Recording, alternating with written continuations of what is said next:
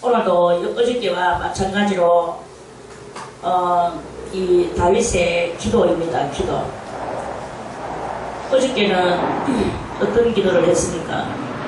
어제는 자기의 심령의 원통함을 하나님 앞에 고백하면서 자기의 이 외롭고 고독한, 그리고 인간의 이 삶이 저 옥에서 살아가는 그런 삶과 같다, 이렇게 고백을 하는 그런 기도였습니다. 저도 이로부터 이렇게 좀 많은 세상, 다른 아니지만 세상 사람들의 많은 성인들이나 성자들의 어린 날을 이렇게 검토를 해보고자 한다면, 그 사람들이 다 어린 날에 참나는 그것을 가지고 갈등하는 것을 이렇게 보게 됩니다. 갈등하는데 뭘 가지고 갈등을 하느냐. 용문산의 장로님은 갈등은 뭔지도 모르지만 살기도 싫고 죽기도 싫다. 그러니까 인생에 이 참 살맛을 못 느꼈는 그거에 대한 그런 그거예요. 생각이 조금만 이 고상한 생각을 가지고 있는, 태어날 때부터 이렇게 사고가 고상한 생각을 가지고 있는 사람은 다 어린 날에 뭔가 찾지는 못했지만 그 부화적인 그 예수님과 그 예수님의 그 올바르신가, 하나님께서 그 의로우신가, 이러한 그런 것들을 찾지는 못했지만 그 못했는 그것을 갈등하면서 뭔가를 찾으려고 애쓰는 그런 사람들이, 많은 사람들이 그런 갈등을 하고 있는 것을 발견을 하게 됩니다. 그 한 좋은 예로 누구냐, 석가모니를 우리가 바라볼 수가 있겠죠. 석가모니도 자기가 왕궁에서 왕자의 아들로 인도에 태어났잖아요. 그렇게 태어나서 아버지는 왕이요, 어머니는 왕비요, 그런 집안에서 아주 자기가 이제 그 다음에 아버지가 만약에 돌아가시면 자기는 이제 인도에 거기에 120도, 지도로 보면 120도 상이 되는 대단히 넓은 땅이에요. 그리고 그 땅은 인도의 자원이 얼마나 많습니까? 대단히 자원이 많고, 보석과 갖가지의 온갖 보화들이 지금도 그 인도에는 많은 자원이 그 땅바닥에 깔려가지고 있잖아요. 그래서 그 사람들은 금을 갖다가 우리들이 쇠조각 쓰듯이 그 사람들은 금을 그렇게 흔하게 쓰고 살아가는 나라가 바로 인도입니다. 그럼에도 불구하고 하나님 앞에 저주를 받아가지고 지금 굶주림의 아사 상태에 살아가는 그런 것을 우리들이 바라보는데, 왜 그러냐? 거기는 다 좋은데 거기도 철학의 국가라고 볼 수도 있어요. 철학의 도시라고도 볼 수 있어. 그러한 곳이지만 저주를 받아가지고 배고픔과 굶주림과 허덕임 속에서 기아의 도상 위에 살아가고 있는 것을 우리가 바라보는데, 거기서 석가모니가 어쨌든 그 좋은 나라에 태어났어. 그 당시에 태어났지만 태어나서 갈등을 한 거예요. 무슨 갈등? 어느 날 사람이 죽어서 초상나는 것을 보면서 이 사랑하는 분이 죽었다 이거야. 그래서 그걸 끌어모으러 가는 그 장면을 보면서 사람이 죽는구나 하는 것을 깨달았어요. 그리고 어느 영감이 막 지팡이를 짚고 걸음을 걷는데 너무나 이 걸음이 힘들게 걸어가는 그 영감의 그 할머니나 이런 노인들의 모습을 보면서 죽었으면 또 이렇게 되는가, 이 늙음에 대해서 그걸 또 이렇게 그걸 또 아주 자기 특이하게 쳐다봤는. 그러면서 또 어떤 집에 또 아기가 낳았다가 에익 하고 울고, 그 집에 우리나라 같으면 미역국 끓여 먹는다고 또 막 하는 그런 것을 보면서, 인생은 어디로 가서 어디로 그렇게 저렇게 살다가 늙어서 병들어서 또 병들어가지고 막 고통당하는 또 환자를 보면서, 이런 여러가지 인생의 그런 것들을 보면서, 왕궁에서는 그런 게 없었거든요. 바깥에 나와가지고 동민 시찰을 나와서 바라보니까 인간들이 수없이 태어나고 수없이 늙어지고 병들어지고 또 죽어지고 초상내고 이렇게 하는 그것을 봤어요. 그게 바로 넉자로 생로병사. 석가모니가 이 생로병사에 대해서 갈등을 하며 그래 그것을 이제 왜 그러냐, 인생이 어디로 와서 왜 늙어서 병들어서 아파서 죽는가, 이것을 자기가 깨닫기 위해서 그때부터 그 엄청난 그 왕자의 자리, 또 왕자의 비도 있어, 지 마누라도 있어요. 아들 딸도 다 낳았어. 벌써 이미 아직 왕위에만 오르지 않았지. 왜 그러냐면 아버지가 아직 살아계시기 때문에. 좀 있으면 왕이 될 사람이었어요. 인도의 왕이 될 사람이었는데도 불구하고 이 모든 것들을 다 헌신자까지 다 버렸어요. 여러분들 어떻게 버리겠습니까? 여러분들 돈 이런 것을 가깝게 있는 거 가지고 통장에 이런 것들 나가면서 혼자서 즐거워하고 기뻐하고 그런 것은 인생에 그거는 갖고 다니냐. 그런 인생은 저런 풀하고 똑같아요. 여름날에 쫙 있다가 저렇게 완전히 풀어놨다가 그대로 이제 조금씩 찬바람 불 거예요. 찬바람 불면은 막 샤한 사라지고 없어지는 그런 불과 같은 인생이야. 그거는 고귀한 인생이라고 볼 수가 없습니다. 제가 말하는 것은 사람으로 태어났는데 특별히 이 인간은 왜 이것은 왜 이 캐신 마크를 들고 갈등하고 괴로워하고 찾지 못하고 이렇게 허우적거리는 그런 인생들이 그 중에 이렇게 있는데, 그 인생들 속에서 그것이 바로 오늘 다윗도 그러한 인생들의 하나다, 이런 말씀입니다. 여러분이 과연 정말 이 인생에 대해서 깊은 생각을 사색을 해본 적이 있습니까? 왜 인간은 이렇게 살다가 이렇게 허무하게 죽어야만 되는가 생각을 해본 적이 있습니까? 내가 왜 저 파리로 태어나지 않고 인간으로 태어났을까? 왜 내가 저 소로 태어나지 않고 사람으로 태어났을까? 왜 내가 이렇게 그런 것으로 태어나지 않고 이렇게 나의 한 인생으로 이렇게 태어났을까? 그렇다면 나는 과연 나의 궁극은 어딜까? 나의 궁극이 뭐예요? 나의 끝은 어디쯤일까? 이런 것들을 곰곰이 생각하고 그런 것을 가지고 그래 그 의문을 품어 퀘스천 마크를 들고 있었느냐, 들고 있었는 적이 있느냐, 이 말입니다. 지금도 물론 여러분들이 그런 생각을 했든 안 했든 여러분들은 벌써 이미 하나님을 알고 여기서 들으는 말씀도 수없이 많습니다. 그래서 이미 알지도 못하는 사이에 궁구하지도 않는 사이에 여러분들은 벌써 이미 깨닫고 답을 들고 있는 경우도 있습니다. 그런데 답은 들고 있지만 그런 것을 가지고 한 번쯤 그 갈등을 해보지 않는 인생은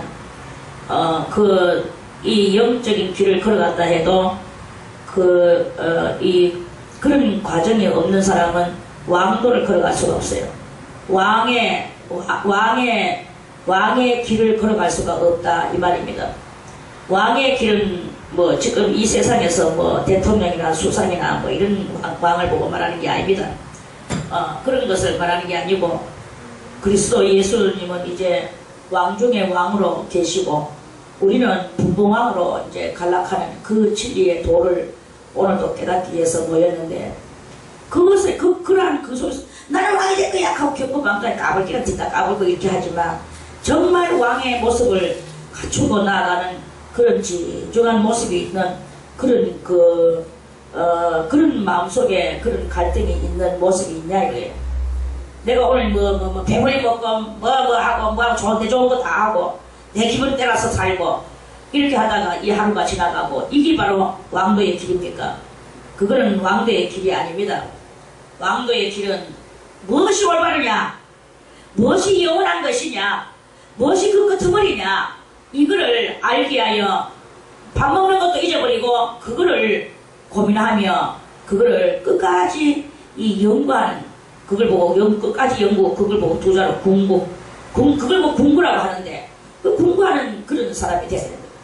그래서 정말 지금 태어나는 그 가난한 아이를 귀하게 여기고 네가 어떻게 살 것이냐를 그 아이의 인생을 생각할 줄 알고, 또는 자라나면서 뭔가 갈등할 줄 알고, 갈등할 줄 모르는 것은 사람이 아닙니다.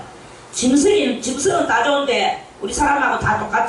배고프면 먹어야 되고, 성욕이 발동하면 뭐 해야 되고, 새끼를 낳아야 되고, 짐승은 잠오면 자야 되고, 성질나면 와르르 하면서 또 그렇게 짐승같이 놀아야 되고, 이게 바로 짐승이에요.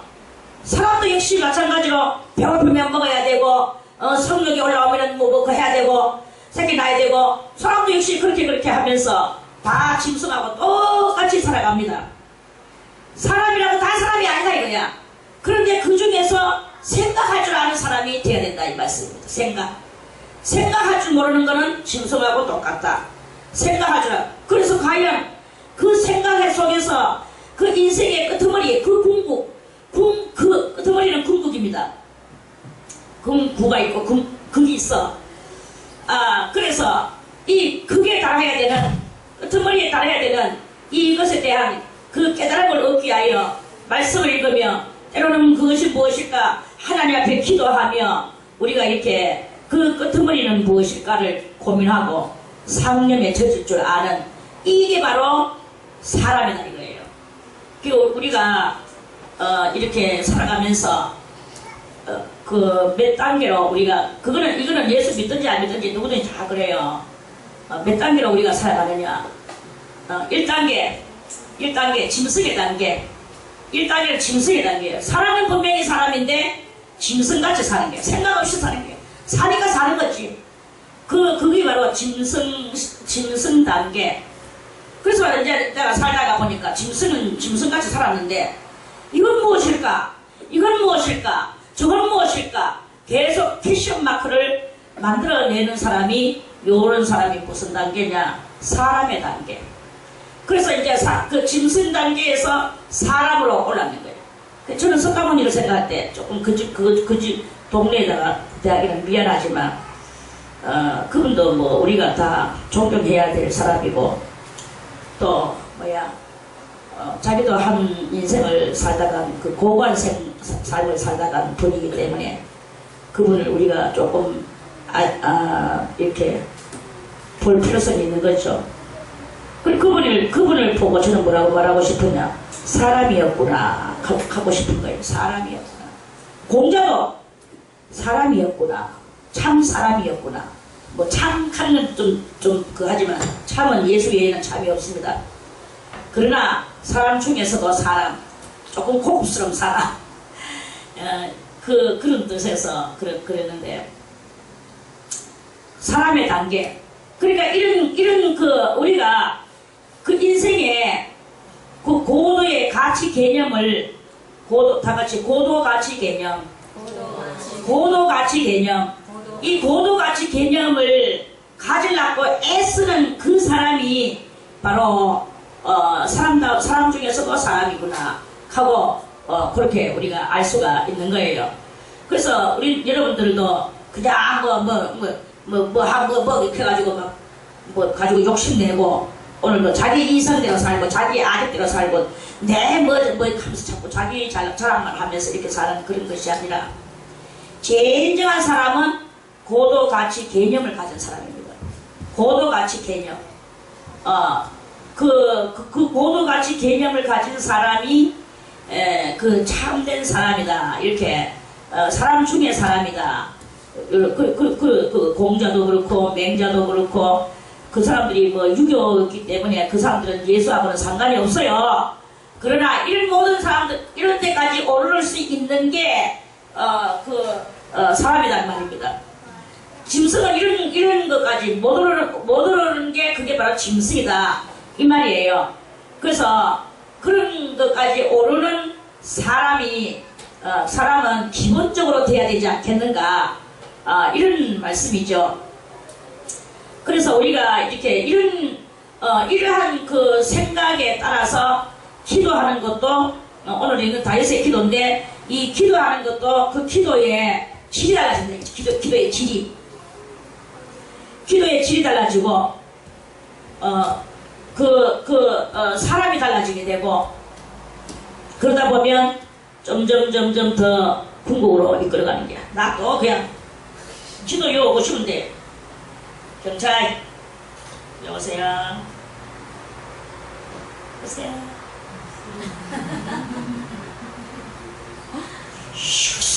뭐라 여보세요.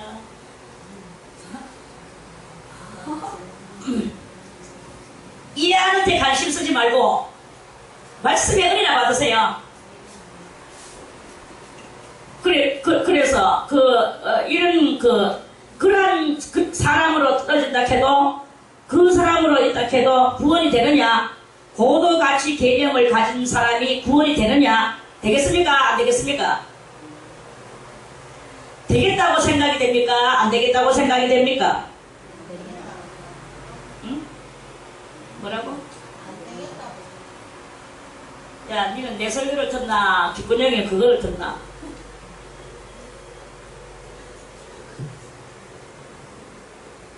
그래서 이러한 사람이 됐다 해도 그런 생각을 할 줄 아는 그것이 바로 갈등하는, 그 사람은 고도가치 개념은 가지고 있을지 몰라도 고도가치 개념이 통달이 안 됐어요. 통달되는 사람은 없습니다. 사람으로서 통달되는 일은 없어요. 나는 고도가치 개념을 가지고 있는 사람이야. 그러니까 나는 아주 생각이 가치스러운 사람이지. 이렇게 말한다고 해도 그 사람은 통달이 안 된 것입니다. 우리가 진정으로 통달되는 것은 뭐냐? 고린도전서 2장에 있는 말씀과 같이 신령한 것은 신령한 것으로 분별하느니라. 고도가치 개념을 가지고 있다고 해서 신령하냐? 아니거든요. 그 다음에 이제 그 고도가치 개념을 가진 그 사람을 사람의 단계라고 말을 했는데, 그 사람이 다음 단계로 어디로 올라가느냐? 영의 사람으로 돼서 올라가는 거예요. 영의 사람이라는 것은 뭐냐면은 신을 만나야 됩니다. 석가모니도 뭐 자기가 신됐다고 자기가 뭐 신됐다고 그렇게 하는 사람들이 사람이 신됐다고 그 신을, 석가모니라는 신을 섬기는 거 아닙니까? 내가 뭐 다는 모르겠지만 그러니까 뭔가 고도가치 개념이 크게 올랐다 이 말이죠. 그리고 올라서 많은 이론을, 논리를 펼칠 수 있다. 그래서 제자를 가르칠 수 있다. 이게 그 단계거든요. 그래서 제자를 가르쳤어요. 그렇지만 거기에서 인생의 큰 구원의 그것이 있다. 신에 올랐다 하는 것은 사람은요, 석가모니가 극락을 발견했어. 극락을 발견했다고 해서 신이 됐다고 사람들은 그렇게 말하기도 하거든요. 그럼 그 극락을 발견하면은 신 됩니까? 사람들의 그 차원 속에서 볼 때는 그래요. 신 됐다고 그렇게 말하거든요. 근데 우리 예수 그리스도께서 말씀하시기를 베드로전서 1장 빌립보서 1장 8절에 내가 그리스도의 심장으로 이랬어요. 내가 그리스도의 심장으로. 그러니까 우리의 심장이 뭘로 변하느냐? 그리스도의 심장으로 바뀌어지고, 그리스도의 심장이 이렇게 되어졌을 때, 그리스도의 심장은 무슨 심장입니까? 죽었다가 살아나신 심장이죠. 부활하신 심장이죠. 우리를 위하여 죄의 제물 되신 심장이죠. 이런 것들이 우리 속에 들어왔을 때, 그때 비로소 우리도 신이 되는 것이다. 이런 말씀이에요. 그래서 그리스도의 심장은 그럼 무엇이냐? 그리스도는 무엇이냐? 그리스도는 그 자체가 로고스시라고 그랬죠. 저 이스라엘의 머리 노랗고 눈이 새파란 그 이스라엘 청년이 있냐? 아니다 이거예요. 그거는 하나의 육체 덩어리일 뿐이고, 진정한 그리스도는 로고스. 로고스는 헬라 말로 로고스. 그 말은 우리나라 말로 무엇이냐? 진리, 말씀이라는 거예요. 하나님의 뜻이라는 거예요. 하나님의 뜻이 이 땅에 내려오시사, 이 말이에요. 그래서 하나님의 뜻인 그 예수 그리스도의 심장, 그 심장이 내 안에 들어왔을 때, 그때 나는 어떻게 되느냐? 그게 바로 신이 되는 거예요. 그래서 요한복음 18장에서도 말씀하셨듯이, 요한복음 18장에 36절인가 거기에 말씀하셨듯이 하나님의 말씀을 받은 자를 신이라 하였거든. 이랬죠. 그래서 내가 하나님에게서 왔다고 하는데 너희가 왜 나를 보고 죽이려고 하느냐. 예수님이 그렇게 말씀을 하셨거든요. 그래서 그 하나님의 말씀을 받았는 그 사람이 바로 통달했는 것이다. 그럼 하나님 말씀 받았다고 해서 다 한목에 다 받았느냐? 너 하나님의 말씀을 통달을 해야 되는 거야. 통달. 하나님의 말씀은 또 몇 가지로 또 있는가? 하나님의 말씀은 12가지로 그 모든 12가지로 우리들에게 말씀의 길을 열어주고 계신다 하는 그런 말씀이에요. 12가지로 우리들에게 말씀을 주시는 거예요. 그 12가지가 다 무엇이냐? 물론 우리들 다 축복 주시려고 하고 우리를 영계로 이끌어 주시는 말씀이죠. 그래서 이 12가지의 비밀을 여러분들이 알아야 되는 거예요. 이 12가지의 비밀만 여러분들이 통달하게 되면 그러면 통달이에요. 그게 통달이라. 그게 아직도 안 되는데 깜짝깜짝거리고 내 잘한다 이렇게 하고 앉아있으면 그게 바로 아직 통달도 못 됐는 게 경고망동하고 있는 그러한 그것에 들어가게 되는 것이죠. 다 알아는 사람은 그 사람은 그렇게 까불지 않습니다. 벼를 보세요. 벼는 그 벼가 알맹이가 싸라케가 벼 속에 그 처음에 없죠. 이 벼 껍데기만 이렇게 형성돼가 쭉 올라오잖아요. 그럴 때는 이 벼 껍데기가 그 나무에 붙어가지고 뾰족하게 해서 하늘을 착하게 해서 요래가지고 있습니다. 그런데 점점 속에 알이 차이고 하니까 이게 무거워가지고 벼가 전부 다 이렇게 숙이고 있는 것을 우리가 보죠. 이와 같이 빈 껍데기가 교만해서 모가지를 빳빳이 들고 이렇게 내가 제일 잘 아는 척하고 떠돌아다니면서 그러는 거예요. 그런데 이 알이 차이고 하면 이게 무거우니까 속에 못 너무나 가득 차이니까 여기 점점 이렇게 꼬부라져서 모든 벼들이 이렇게 꼬부라진 것을 보죠. 그러니까 속이 찬 벼는 겸손해서 고개를 숙인다. 속이 차지 않는 것이 항상 떠들고 돌아다닌다. 우리가 여러분들이 정말 갈등해야 될 것이 무엇입니까? 이런 것들을 알기 위하여 정말 이 고급적 비밀을 알기 위하여 그 고상한 비밀을 알기 위하여 힘쓰고 애쓰고 하면서 때로는 금식하며 때로는 하나님 앞에 이 작전 기도도 하며 이렇게 하면서 그렇게 해야 되는 거예요. 작전 기도 하다가 무슨 일이 있다고 휙떡 일어나서 또 뭐 하고 저렇게 하고 이거는 다 아닙니다.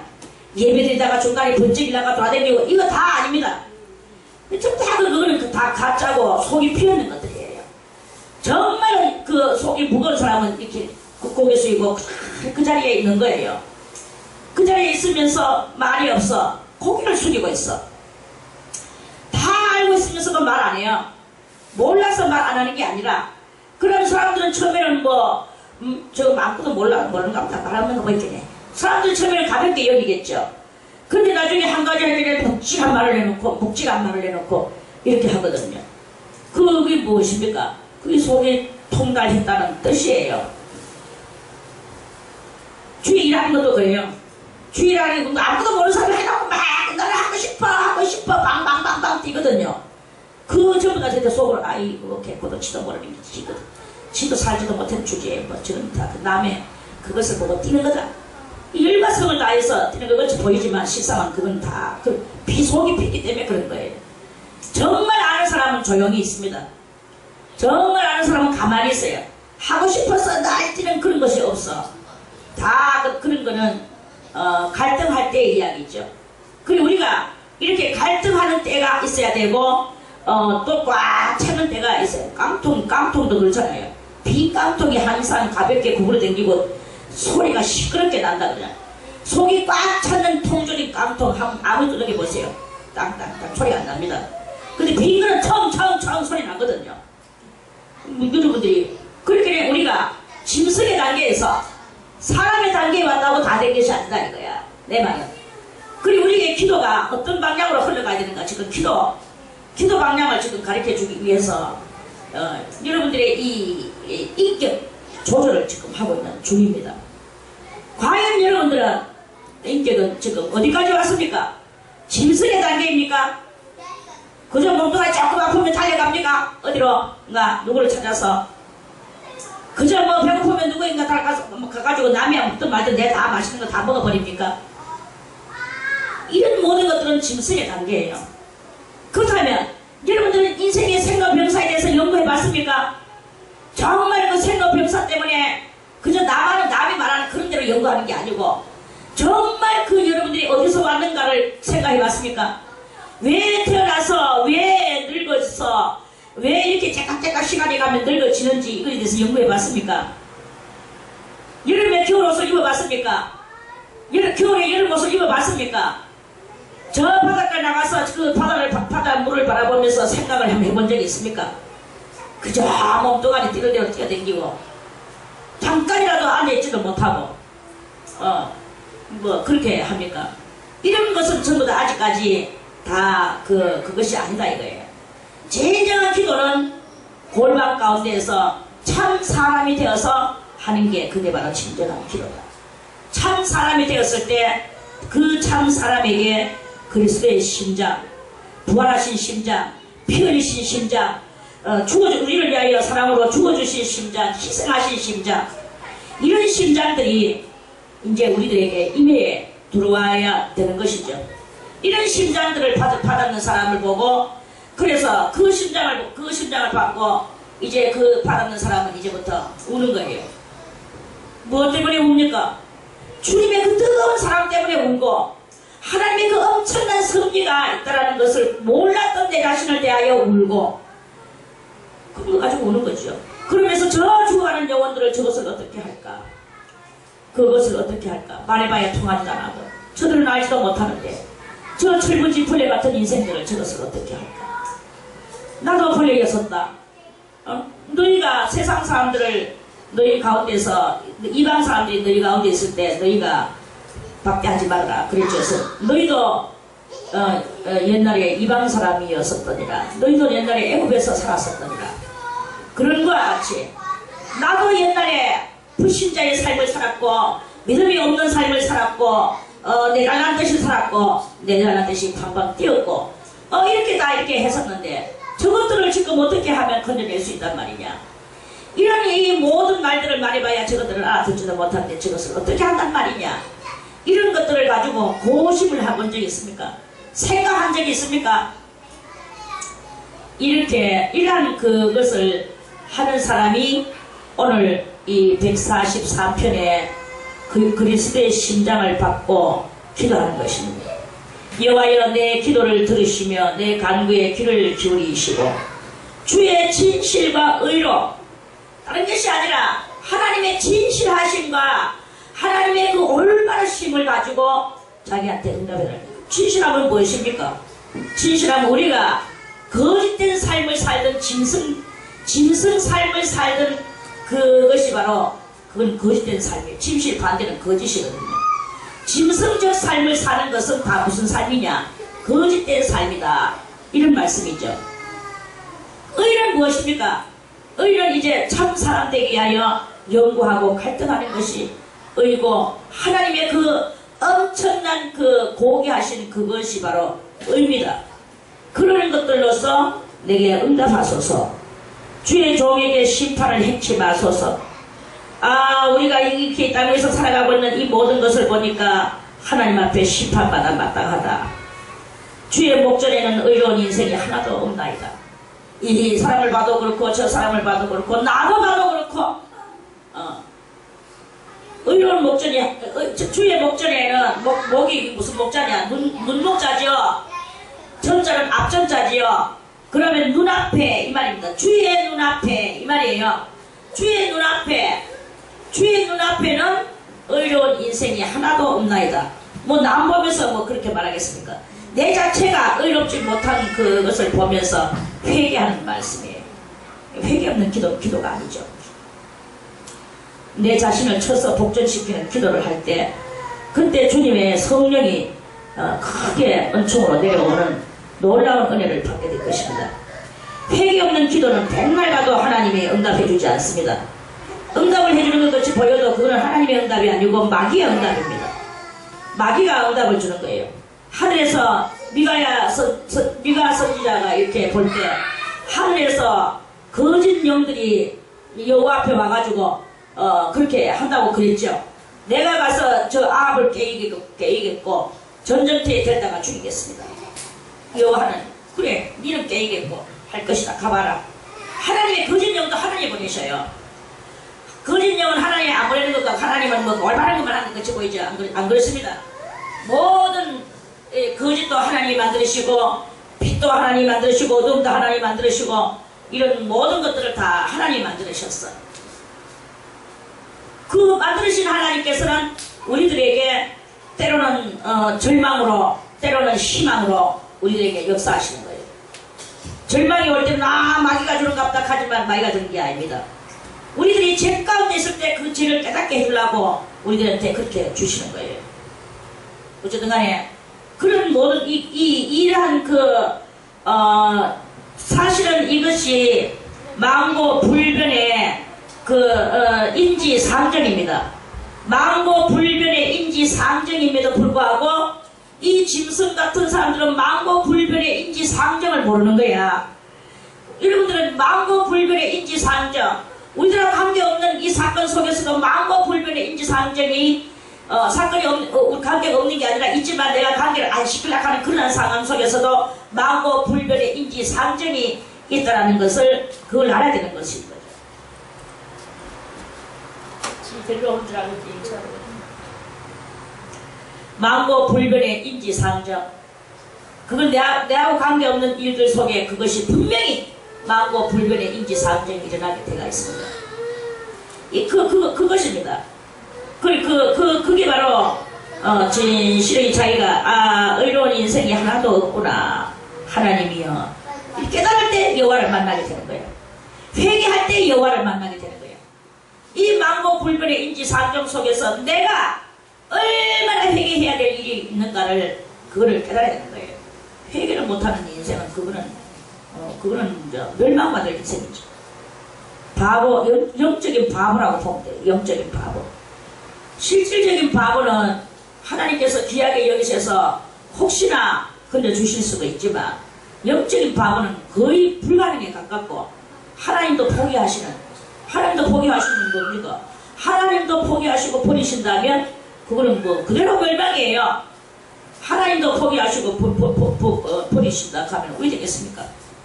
그러니까 그렇게 되지 않도록 하기 위해서 우리는 계속 내 자신을 맨날 그러죠. 성찰하라.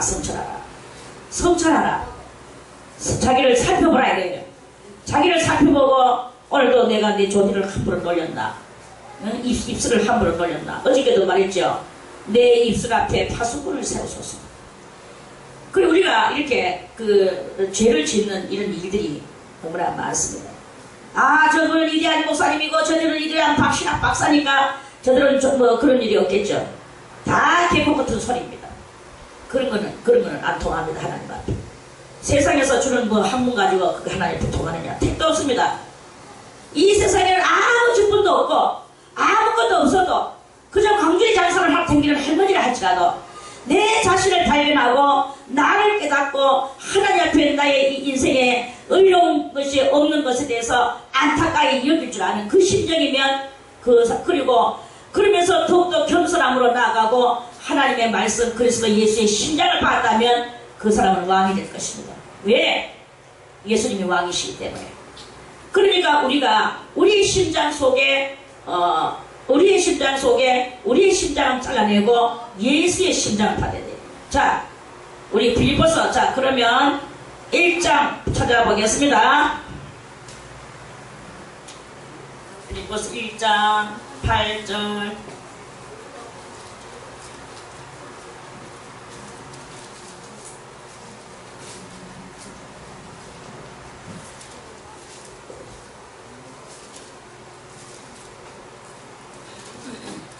빌립보서 1장 8절에 다 같이 내가 예수 그리스도의 심장으로 너희 무리를 어떻게 사모하는지 하나님이 내 증인이시니라. 예수 그리스도의 심장을 가진 사람이어야만이 그러한 사람은 가만히 있어도 예수님이 말씀하십니다. 네가 나의 일을 하여라. 네가 나의 심장을 가지고 있으니 일할 만한 자격이 되도다. 이게 바로 이렇게 되는 거예요. 그 일은 아무데 되게 하는 게 없습니다. 그리스도의 심장 없이 무슨 일을 하겠단 말입니까? 그리스도의 심장을 가지고 이 사람도 사랑할 줄 알고 저 사람도 사랑할 줄 알고 애매히 고난을 당하면서도 사랑할 줄 알아야 되고 까다로운 사람도 사랑해야 될 줄 알고 무서운 사람도 사랑해야 될 줄 알고 천박한 사람도 사랑해야 될 줄 알고 이런 모든 사랑이 넘쳐 흐르면서 그러면서 그 사랑으로 인하여 영혼을 사랑한다고 그래갖고 헤헤거리는 게 사랑입니까? 다 택동소리입니다. 그건 사랑이 아닙니다. 그건 간사한 행동입니다. 그게 아니라 정말 예수 그리스도의 심장으로 저 영혼이 어떻게 생겨먹었나 그 영혼을 위하여서 남몰래 기도해주고 정말 그 남몰래 하는 그런 그것이 바로 예수 그리스도의 심장이에요. 거짓말을 밥 먹듯이 하고 하리다 이런 일을 했다고 말하고 이라는 것은 다 그는 마귀의 그 일을 하고 있는 그런 것입니다. 그러니까 우리가 예수 그리스도의 심장으로 그것을 그 심장으로 살아가기만 하면 돼. 내가 뭘 하려고 하지 안 해도 돼요. 그냥 예수 그리스도의 그 심장으로 살기만 하면 돼. 살기만 해도 그게 바로 주의 일이에요. 어떤 제자가 예수님한테 왔죠. 요한복음 3장에 주여 내가 어떻게 하면 어떻게 해야 주의 일을 하오리까 그렇게 말씀했어요. 그러니까 예수님께서 말씀하셨죠. 주의 일을 하는 나의 일을 하는 것은 나 보내신 이를 믿는 것이 나의 일을 하는 것이다. 나 보내신 이는 나는 누구야? 예수님. 예수님을 보내신 이는 누굽니까? 하나님이시잖아요. 하나님을 믿는 것이 곧 나의 일을 하는 것이다. 예수님이 그렇게 말씀하셨어요. 하나님을 믿으란 말이야.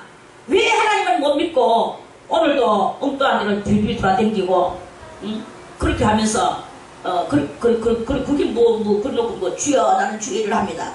목사 되면 다 주의 하는 기가 목사 되려고 막 남자고 여자고 그냥 머리 힘매고 그저 목사 안수만 받으면 다 되는 걸로 아는데 그것이 쭉정이들의 행실입니다. 쭉정이 별사 고개를 쫙 들고 있는 이 쭉정이는 무엇이냐? 쭉정이는 주님의 천당에 가지 못할 믿기는 믿으나 가지 못할 그것이에요. 내가 왜 이렇게 강력하게 여러분들에게 말합니까? 왜 이렇게 악센트를 줘서 말합니까? 여러분들을 사랑하고 안타까운 그것에서 그렇게 하는 거 알겠습니까? 쭉정이들한테 쭉정이가 사랑해. 당신은 지금은 그렇지만 이제는 잘 될 거야. 지금도 괜찮아. 그만하면 괜찮아. 그 쭉정이는 생각하기를 나 웬만하면 괜찮을까 보다. 저 사람이 괜찮다고 하니 괜찮지. 이 가만히 앉아있으면 좋은 말 한다고 그게 사람이 됩니까? 그게 구원이 됩니까? 이게 아니거든요. 악센트를 넣었지만 안타깝고 애절한 그것을 가지고 그 영혼들이 좀 한마디라도 알아들어라 이거예요. 알아듣고 귓근형에 가서 그것이 그 내리에 박힐 때 그것이 무슨 쭉정이 생활로 다시 돌아간다 할 때 그 말씀이 자기들의 기절을 울리고 신경절을 울려가지고 가지 못하도록 만들고 알고 길을 걸어가도록 만드는 그것이 바로 그렇게 하기 위하여 그게 바로 진정한 사랑이 아니겠습니까? 이거예요.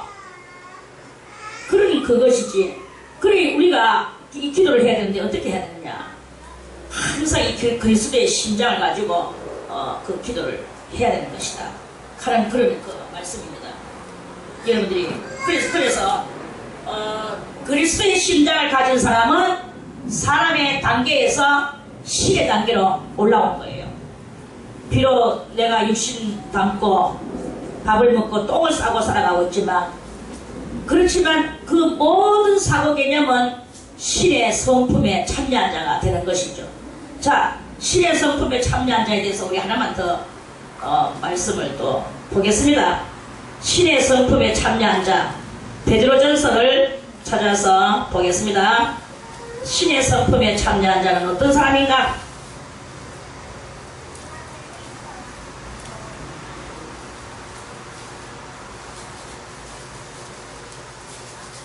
베드로전서 2장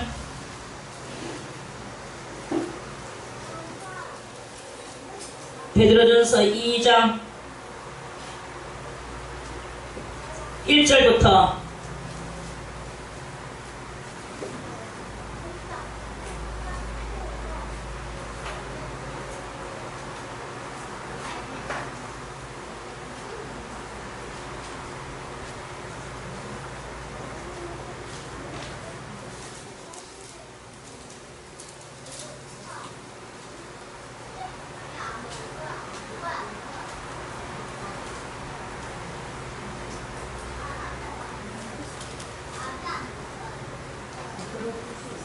베드로후서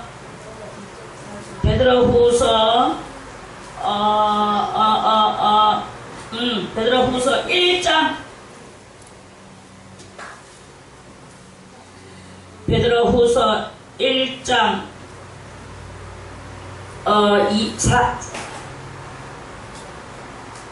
4절부터 읽어볼게요. 3절부터 읽어볼게요.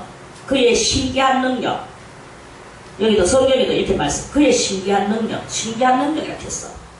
신기한 능력으로 생명과 경건에 속한, 생명이 뭐예요? 뭐 우리 지금 잠깐 살다가 없어지는 이 생명을 말하는 것입니까? 아니죠. 영원한 생명을 말하는 거예요. 생명과 경건에 속한 모든 것을 우리에게 주셨으니, 그렇게 생명에 속한 모든 것, 경건에 속한 모든 것, 이것을 우리에게 주는데 무엇으로 주느냐? 신기한 능력을 주셨다. 모든 것을 우리에게 주셨으니, 이는 그 이유는 자기의 영광과 덕으로서 우리를 부르신 자를 알므로 말미암이라.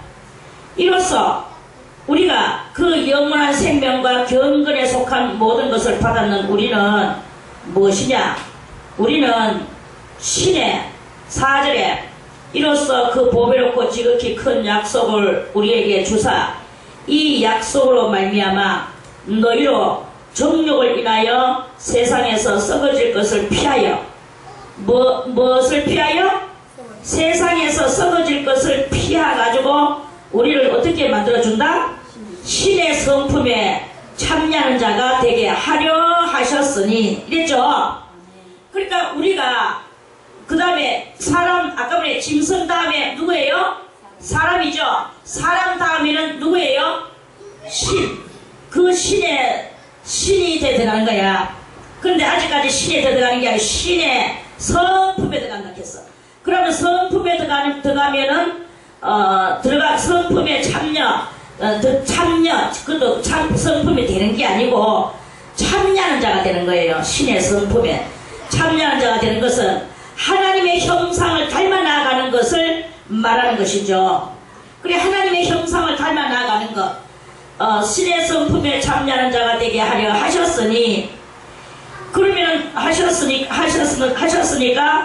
하나님께서 우리를 그래 신의 성품에 참여하는 방법을 어떻게 해주시느냐?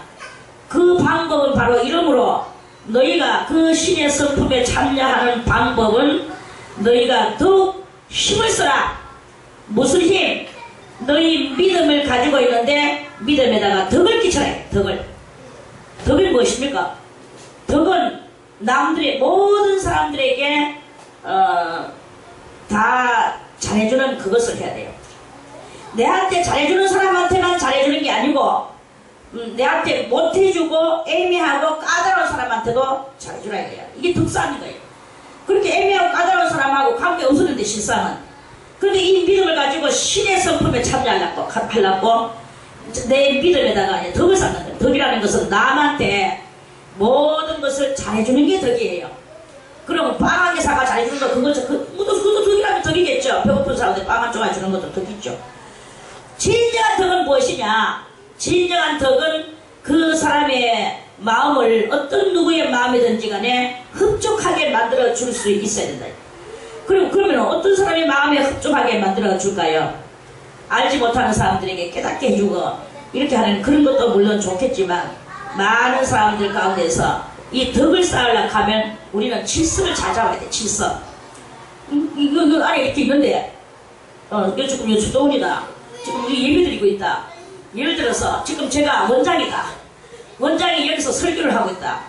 근데 여러분들이 누군가 같은가 원장 내려오시오. 내가 그 잠깐 오늘은 내가 좀 하겠습니다. 우리 좀 농가에 가면서 합시다. 이렇게 하고 있다면 그게 오늘 이 자리에서 보기에 아름답겠습니까? 덕을 쌓는 것입니까?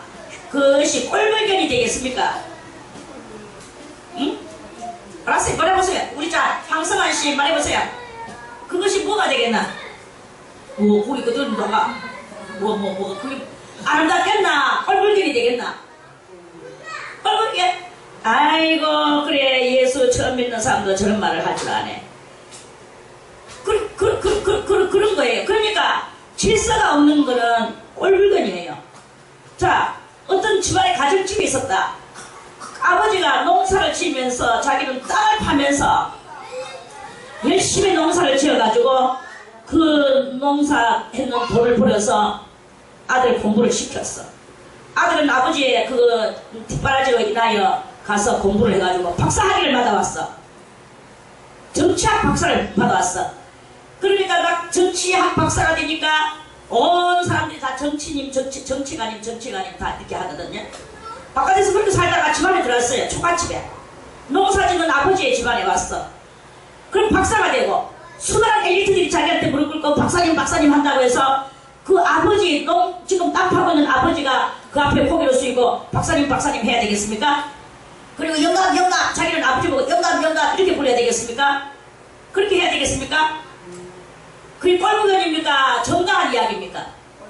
꼴불견이에요. 진짜 그는 꼴불견이거든요. 어디 갔다가 자기가 아무리 높고 대통령을 했다 할지라도 집에 오면 아버지는 아버지인 거야. 아내는 아내인 거야. 어머니는 어머니인 거야. 이런 것들은 우리나라도 그렇고 옛날에 뭐 어디도 그렇고 남편이 임금이면 여자는 왕비인데 왕비가 세도가 더 센 거예요. 그게 누가 그렇게 했습니까? 아합의 마누라 이세벨이가 그랬죠. 그러니까 이세벨이가 아합을 그 나봇에 포도밭 하려고 하면 지가 다 해가지고 사람 죽이가면서 포도밭 빼앗아가지고 남편한테 주면서 남편이 뭐 또 이렇게 하고 저렇게 하고 가면은 여호와는 없어. 여호와 눈에 보이지 않았대. 뭐 바알신 이러면서 바알신을 믿으려고 하고 바알 제사장을 끌고 오고 아무 꼼짝도 못하고 살고 그럼 되겠습니까? 그거 아닌 거예요. 모든 집안에는 질서가 있어. 자, 다 같이 여자의 머리는 남자요. 남자에 간다고 이 남자 저 남자 아닙니다. 남편 남자. 여자의 머리는 남자요. 남자의 머리는 교회요. 교회의 머리는 그리스도요. 그리스도의 머리는 누구요? 하나님이시니라. 고린도전서에 그 말씀 있죠. 순서가 다 있습니다. 그렇게 여자는 뭔가 이렇게 나서는 것이 하나님의 진리에서 맞지 않다. 이런 모든 예의와 범절과 아까도 말했듯이 성경의 그리스도의 12가지 이 진리의 말씀에 통달해가지고 이렇게 살아가는 자체가 바로 덕을 쌓는 것이다. 그 하나님 앞에 믿는 믿음에서 알아야 덕을 쌓는 거예요. 모르면 덕이 안 돼. 씨가 다 잘난다고 하면 그게 덕 됩니까? 물질 좀 이렇게 가지고 없는 사람 가난한 사람 좀 주고 나서 거기서 자기가 왕노를 하려고 하면 덕이 됩니까? 저거는 멋이다 껍질 내 좀 어려울 때 좀 도와줬다고 지금 내한테 완전 내려갔다가 밟으면 되네. 내려갔다가 통치하려고 하네. 그 사람들도 다 알아요. 그렇게 생각합니다. 이런 것이 덕이 됩니까? 그런 건 덕이 안 됩니다. 우리가 이런 모든 것들을 깨달을 줄 알고 진정한 덕이 무엇인가? 오늘 여기서 과연 아무도 하지 않는 그 일이 무엇인가? 내가 무엇을 오늘 우리 집안에서나 수도원에서나 또는 내 직장에서나 오늘 나의 할 일이 무엇인가? 이 할 일을 깨닫고 나의 할 일을 그걸 갖다가 은밀히 남몰래 그거를 갖다가 겸손히 해놓을 줄 아는 그것이 바로 덕이에요. 오늘 이거 하니까 대단히 힘들었는데 그거 가지고 참 힘들어 했는데 누가 이렇게 깔끔하게 해놨지?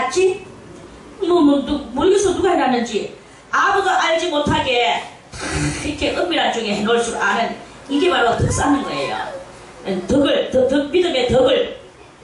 그러면 그러니까 제가 지금 말했는데, 덕은 그냥 끼치기만 하냐? 이 지식을, 이런 지식을 가졌는데, 남몰래 은밀히, 겸손히, 이런 그 지식을 가지고, 그렇게 넓은 마음과 또 풍요로운 그 인심의 후덕함을 가지고, 그렇게 이제 하는 거예요. 그 덕의 지식에 또 뭐냐? 절제도 해야 돼, 절제. 근데 가 있어, 저쩌고, 자기를 드러내고자 하는 이거 절제.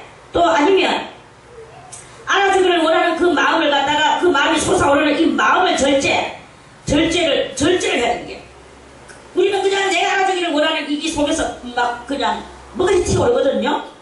이런 것들을 다 여러분들이 초월하고 또 초월할 줄 아는 이게 바로 절제다 하는 그런 그 말씀입니다. 그 절제를 말하려고 하면 한이 없는데 제가 다 지금 생각 안 나서 말 못합니다. 저도 절제, 그 절제를 하는데 얼마만큼 절제를 해야 되느냐? 얼마만큼 인내를 해야 되느냐? 참아야 되느냐? 인내를 이룰 만큼 참아라. 절제를 해라. 오늘 내가 이 말을 하고 싶은데 참아야지. 참아야지가 절제예요. 절제를 하는데 얼마만큼 참아야 되느냐? 인내를 이룰 때까지 절제를 해야 돼. 인내를 이룰 때까지. 내가 이 수도원에서 이제 저 바깥에 저 귀신이 우르르 한다는데 난 아직 신령한 눈을 뜨지 못했다. 지금 난 저 바깥에 나가지 않겠다. 나는 절제를 하겠다. 나가는 것을 절제하겠다.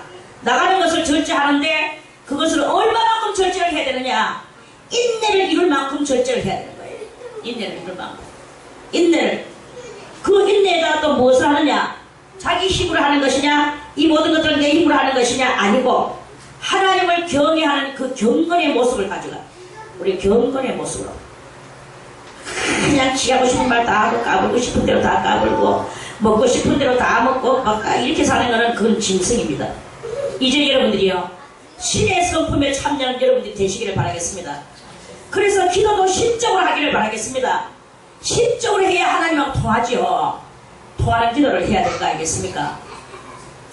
경건하기를 바라겠습니다. 경건은 경외할 경자야.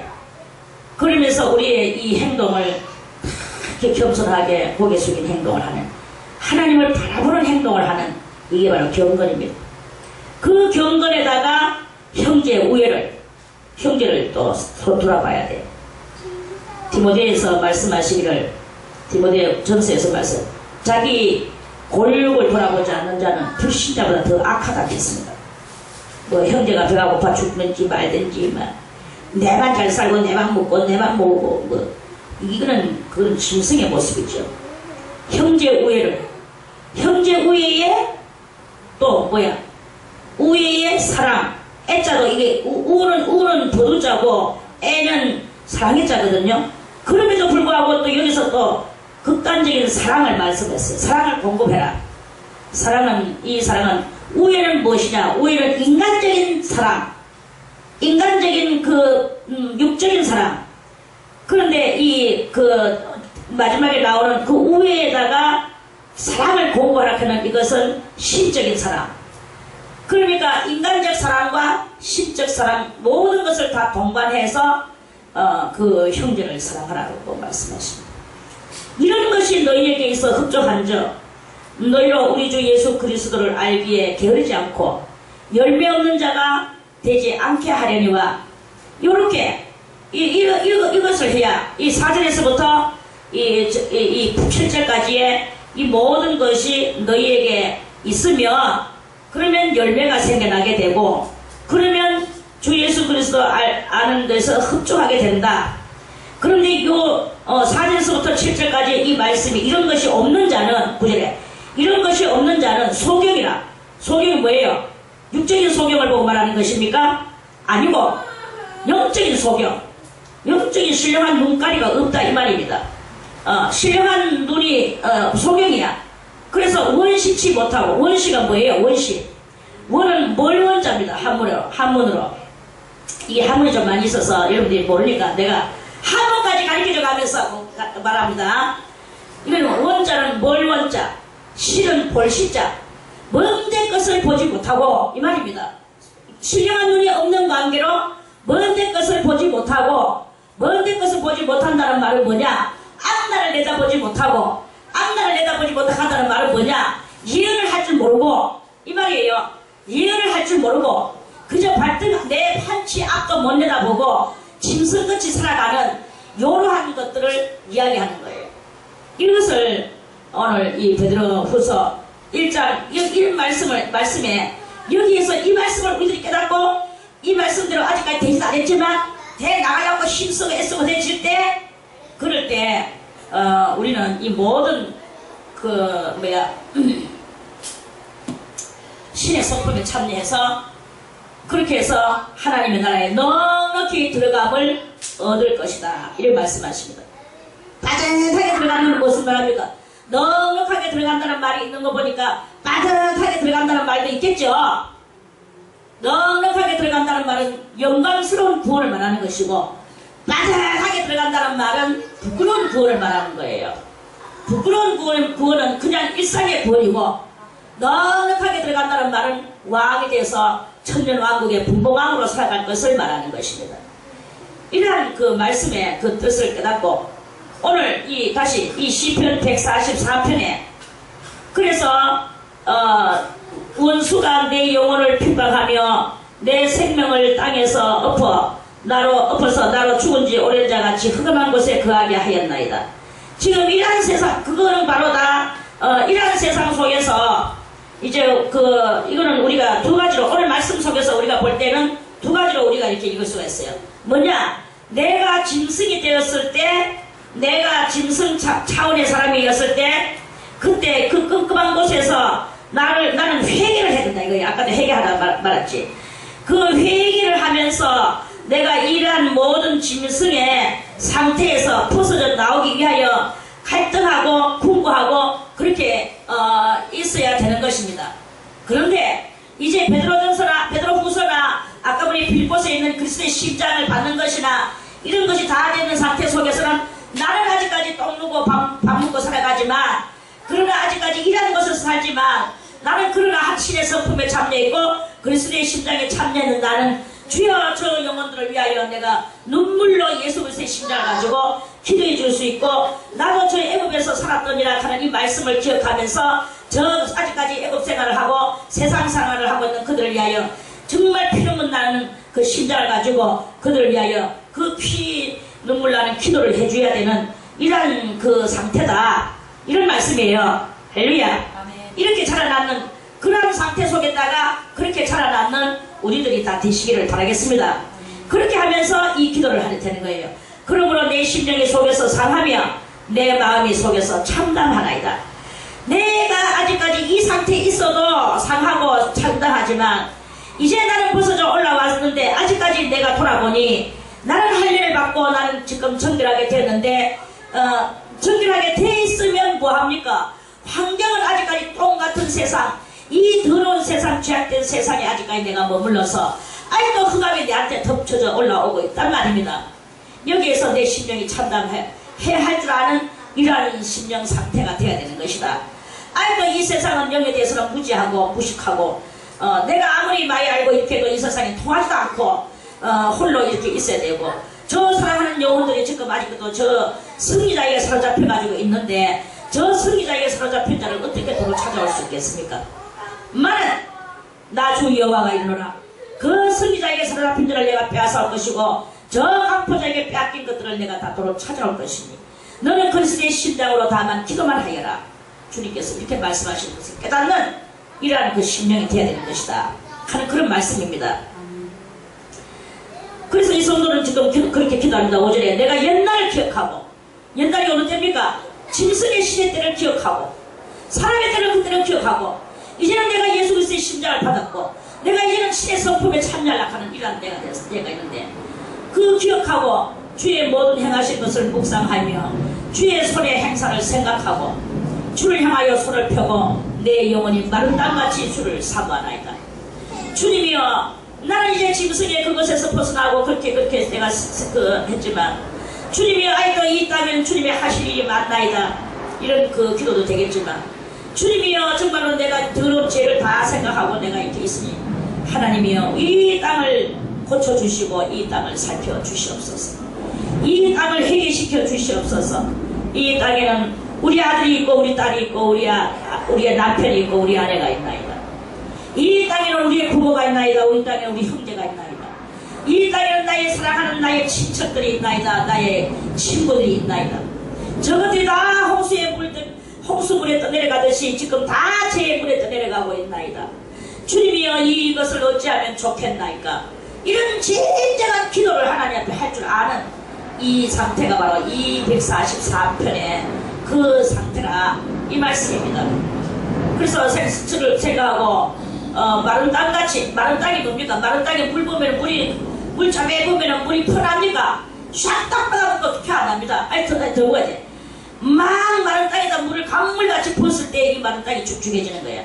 마른 땅에 그렇게 물이 지금 사모하듯이 오늘 이 시편 기자 다윗도 그러한 하나님의 은혜를, 그 구원하심을 그거를 사모하면서 기도하면서 여호와여 속히 내게 응답하소서 하는 그런 말씀입니다. 여호와여 속히 내게 응답하소서. 내 영혼이 피곤하니이다. 저 많은 것들을 어떻게 다 영혼을 건져내겠습니까? 홍수물에 떠내려가는 저 노아의 홍수물에 떠내려가는 저 영혼들을 어찌 다 건져내겠습니까? 한 영혼만 기도하려고 해도 힘이 드는데 많은 거 이거 뭐 끊임없는 이 기도를 어떻게 다 하겠습니까? 여호와여 내 영혼이 피곤하니이다. 주의 얼굴을 내게서 숨기지 마소서. 내가 무덤에 내려가는 자 같을까 두려워하나이다. 이 세상에 다 사망의 그늘만이 깔려져 있나이다. 삶의 이 생명체가 없나이다. 이걸 하나님 앞에 고백하는 말씀 아닙니까? 아침에 나로 주의 인자한 말씀을 듣게 하소서. 아침에는 이제 아침 그 번제 올릴 때, 떡 올릴 때 아침에는 무엇입니까? 우리 보통 뭐 이스라엘 사람들 하는 것 같이 하지 말고 우리는 우리의 삶을 사는 것 같이 하면서 아침에는 오늘 일어날 그 모든 일들에 대한 내가 이루어야 될 일에 대한 소망, 하나님과 내 사이에 어떻게 그 교통을 이루면서 살아가야 될 것인가에 대한 소망, 이런 모든 그런 소망의 떡덩이들을 말씀을 띄는 거예요.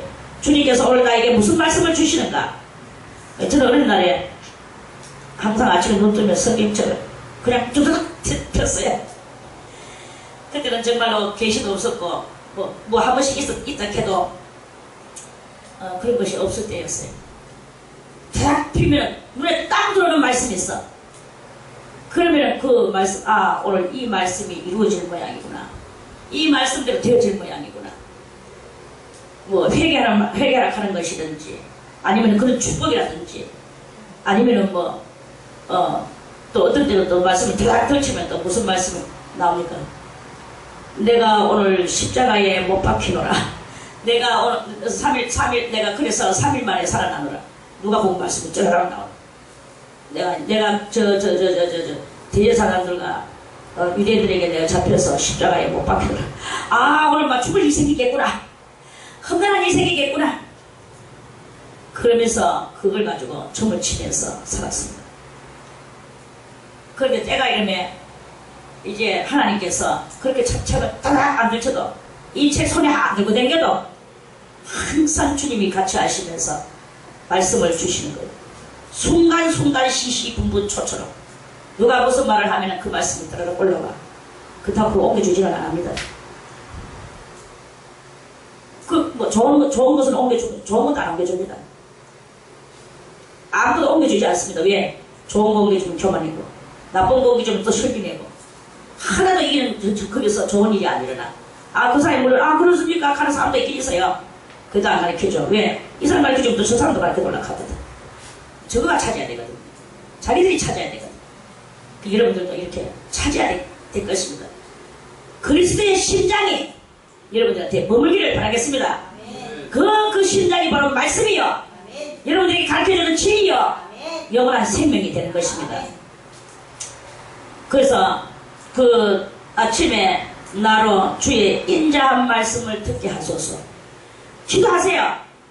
그리고 겸손해지고 알복이 되기를 바라겠습니다. 많은 것을 터득하기를 바라겠습니다. 내가 주를 의뢰합니다. 나의 다닐 길을 알게 하소서. 우리가 어떻게 해야 될 것을 알게 해주소서. 이 말이거든요. 내가 내 영혼을 주께 받듭니다. 자기 영혼을 하나님 앞에 받들어서 하나님 앞에 바쳐서 올린다 이 말입니다. 우리들도 다 하나님 앞에 바쳐 올리는 우리의 인생의 삶이 되기를 바라겠습니다.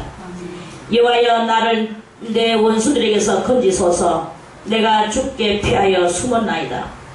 주는 나의 하나님이시니 나를 가르쳐 주의 뜻을 행케 하소서.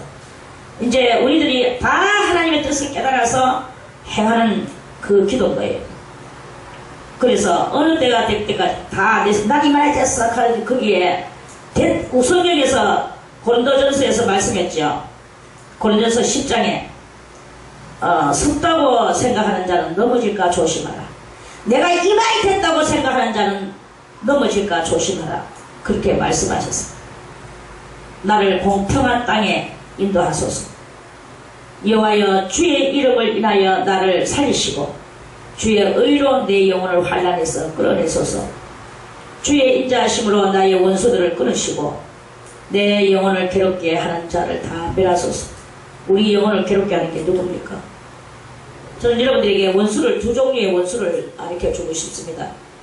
한 종류의 원수는 나의 원수예요. 내 개인의 원수. 내하고 사이가 별로 안 좋은 게 원수야. 한 종류의 원수는 내하고는 사이가 안 좋은데 그 사람이 하나님의 사람인 거야. 그 사람이 하나님의 사람일 때 그게 나의 원수가 될 수 있겠습니까? 우리는요 하나님의 사람들하고 물과 성령을 거듭난 사람 다 하나님의 사람이라고 보면 됩니다. 물과 성령을 거듭난 사람들하고 원수를 삼으면 그러면 누가 화를 받느냐? 바로 우리가 받아요. 그러니까 물과 성령을 거듭나고 하나님을 정말 자기 나름대로 세상 사람들을 볼 때는 별거 아니야. 그 사람들이 볼 때 학력도 없고 무식하고 국민학교도 못 나오고 또 얼굴도 못 나고 늙었고 강주리 장사하고 그럴지라도 그 속에 여호와의 신이 운주회가 있으면 그 사람은 하나님의 사람입니다. 박박사를 맡고 무슨 박사를 맡아 열 박사를 맡아도 그 속에 그리스도의 심장이 없이 지 욕심만 가지고 살고 지대로 사는 자기 자랑만 하면서 사는 거는 그거는 하나님의 사람이 아닙니다. 그런 건 아무렇게나 해도 됩니다. 박사는 지 박사지만 내 박사가 지가 공부해서 박사 됐지. 내가 무슨 상관이 있습니까? 하나님의 사람일 때, 저 사람은 하나님의 사람. 그럴 때 우리는 원수로 삼으면 안 되고, 내한테는 원수를 할지라도, 그래도 우리는 가서 엎드려야 됩니다. 자기를 죽이려고 하는 사울 왕을 갖다가 다윗은 그렇게 극진히 공손히 받아들였죠. 그리고 그 집 아들하고는 목숨이라도 눈알이라도 서로 빼줄만 하는 사랑을 그 둘이 남자인데도 불구하고 마치 남자와 여자의 사랑을 하는 것 같이 그 둘이는 사랑을 하였더라. 성경이 그렇게 말했잖아요. 그 다윗과 요나단 이 원수의 아들하고도 그렇게 사랑하고 나중에 그 원수의 아들 요나단의 아들 그 무비보셋 아니가 무비보셋을 자기가 또 그 왕자와 하나같이 왕자 월급을 주면서 그 무비보셋을 자기가 또 자기와 같이 살게 만들었잖아. 원수의 자식, 원수의 손자죠. 그렇게 할 줄 아는 우리의 이 너그러움이 있어야 됩니다. 너그러움. 그래서 무엇이든지 다 수용하고 포용하고 그리스도의 심장을 가지고 너희 무리를 어떻게 사랑하는지 하나님이 내 증인이다. 증인 세상에 사람 증인 없어. 하나님이 증인이다. 하나님이 증인이면 우리는 모른다. 몰라라. 주님만이 내 증인이시다. 그날이 온다. 심판날이 온다. 주님의 심판날이 가까이 온다는 것을 굳게 믿고 그래 하나님 앞에서 우리가 오늘도 이 144편에 이런 그런 큰 신령의 소유자가 되어서 짐승의 단계를 거치고 사람의 단계를 거치고 신의 성품에 참여하는 단계에 와가지고 하는 기도 바로 이 기도가 144편의 기도다 하는 그런 말씀입니다. 이 말씀을 깨닫고 우리 모두 다 그 단계에 다 오르시기를 바라겠습니다. 그러기 위해서는 우리는 엎드려야 되고 겸손해야 되고 단계 아무리 9단계가 최고의 단계인데 9단계까지 올랐다 해도 교만 하나 떨어지면 6단계로 떨어집니다. 6은 무슨 수라고 했습니까? 사람의 수요, 사단의 수요, 세상 수요, 마귀 수라고 했습니다. 그걸로 떨어지는 거예요. 그러면 뭐예요? 너희가 성령을 시작했다가 육체로 마치겠느냐? 이렇게 되는 거예요. 성령을 시작했으면 뭐합니까? 마지막 육체로 마치면 마지막이고 멸망입니다. 이런 멸망이 오는 거예요. 이렇게 되지 않기를 겸손하고 겸손해서 알곡 성도들이 다 되시기를 바라겠습니다. 내일 144편 또 말씀을 드리겠습니다.